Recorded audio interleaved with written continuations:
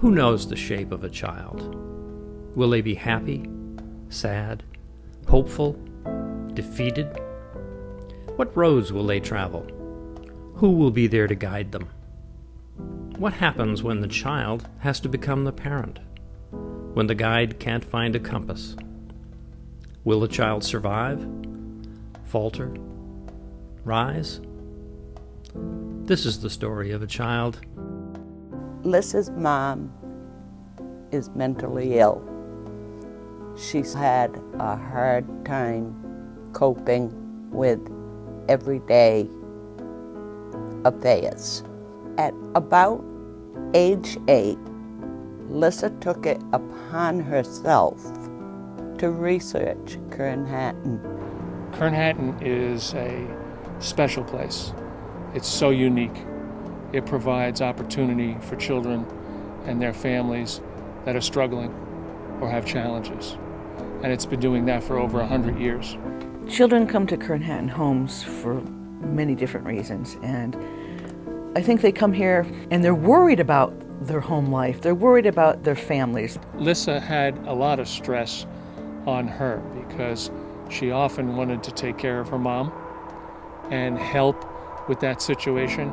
But when you're in 5th and 6th grade, you're not equipped to handle that type of a challenge. And Grandma knew that. And she wanted her granddaughter to have an opportunity to be a child, yet still be connected to her mom. And Kernhattan worked for that family. She felt secure, protected. She felt cared for. I think we really helped her do that. Relax, be a child, have fun, be happy. Number one, be happy.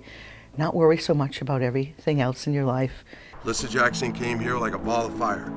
She was great in the arts. She came here, and that first week she must have been amazed at athletics, where we don't cut kids from the teams. Everyone gets a chance to play. A horse program where kids could learn about manicuring and taking care of an animal.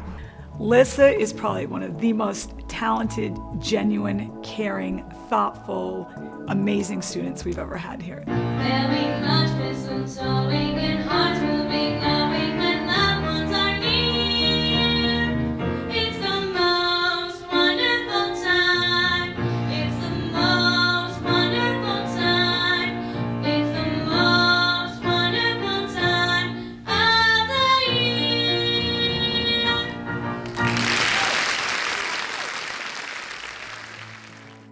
She believes strongly, as a student here, that our best attribute is how we treat each other and how we help those less fortunate. We were able to help Lyssa for the 4 years that she was here until she graduated 8th grade, and then knew that she wasn't finished. I recognized in her so many amazing qualities that I suggested that she try to get a scholarship at a school locally, and that was the Putney School in Vermont.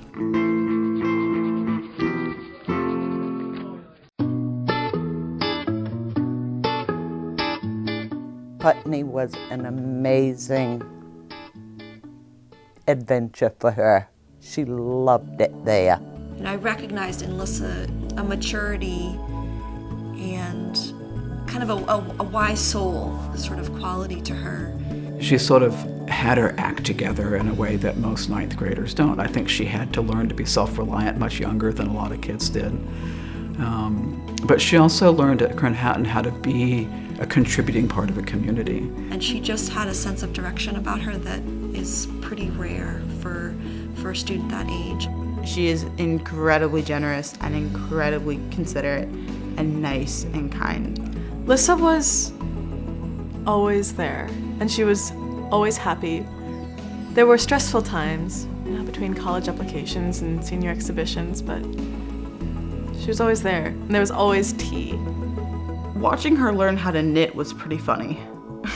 She's an incredibly gifted weaver, but the struggle to learn how to knit was really funny. I'm a big knitter, and I've done a lot of it, and so she'd come to me for help, and it was just like something wasn't going in. Lyssa could be a little bit of a cut-up. but it was always appropriate. We were doing an 8th grade fundraiser for the trips, and we were doing singing Valentines.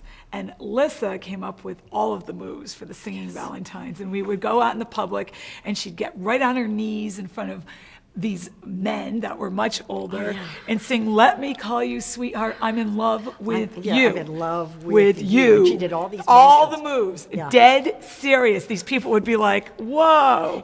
Let me call you sweetheart." The big finale. I'm in love with you.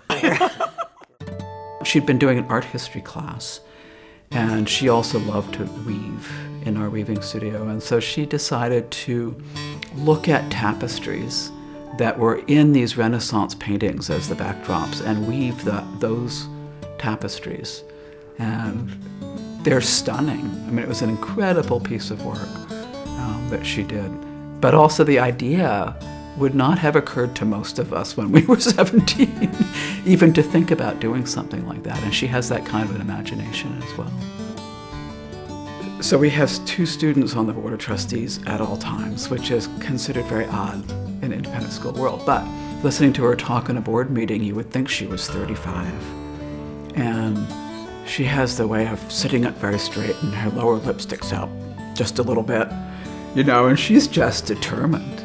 And not in an aggressive way, but just in an incredible poise for a kid of her age. She had always talked about how much Kern Hatton meant to her, and she never hesitated to be proud of the fact that she had been in that community and how well it had served her. So she brought her proposal to school council to have a work day to raise funds for Kern Hatton.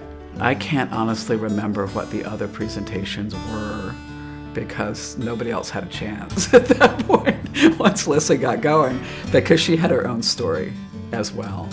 And she could explain why it was so important to her and to Kern Hatton, and that it was, in some senses, tangible, because students could see what difference it would make.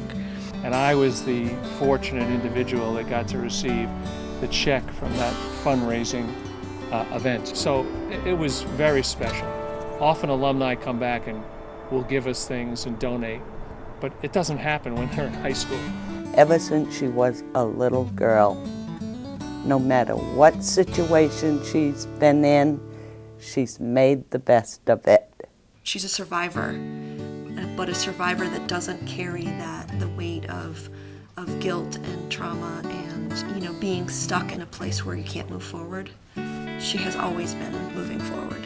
She was here for a purpose, as we all are, and she took it strongly that her purpose was to make life better, and she had to make herself better before she could make the lives of others better. Lyssa, Mr. Fauner here. You know I've been so proud of you in the past. I'm especially proud of you receiving this award. It's well deserved. I know how you feel about Kern Hatton. You know how we feel about you. Congratulations. I wish you all the continued best in Skidmore and then in your endeavors after that. You take care. Congratulations, Lyssa. You really deserve this. Lyssa, we are so proud of you. You are doing everything we thought you could do. Just keep doing it. Come back and visit us. We love you, and we are so, so proud of you. I know you'll continue to do amazing things for the rest of your time at Skidmore and way beyond. So we will continue to keep in touch. Love you always. Lyssa, I am so proud to be your friend. You are so spectacular, and I can't wait to see what else you do. What is there to say? Congratulations. This is huge, and I love you. Congratulations, Lyssa. This is exciting. You deserve it, and I can't wait to see you back at school again soon. Today's one of those days, I can honestly say, as a 4th daughter, you've made me most proud of any day I've known you. Thank you, Lyssa. I know that you're going to affect lots of people's lives. You already have, including my own and including the Putney community. So congratulations, you are doing amazing things, and I'm very excited to see where the road takes you. Congratulations, Lyssa, on all of your accomplishments. I am so very proud of you.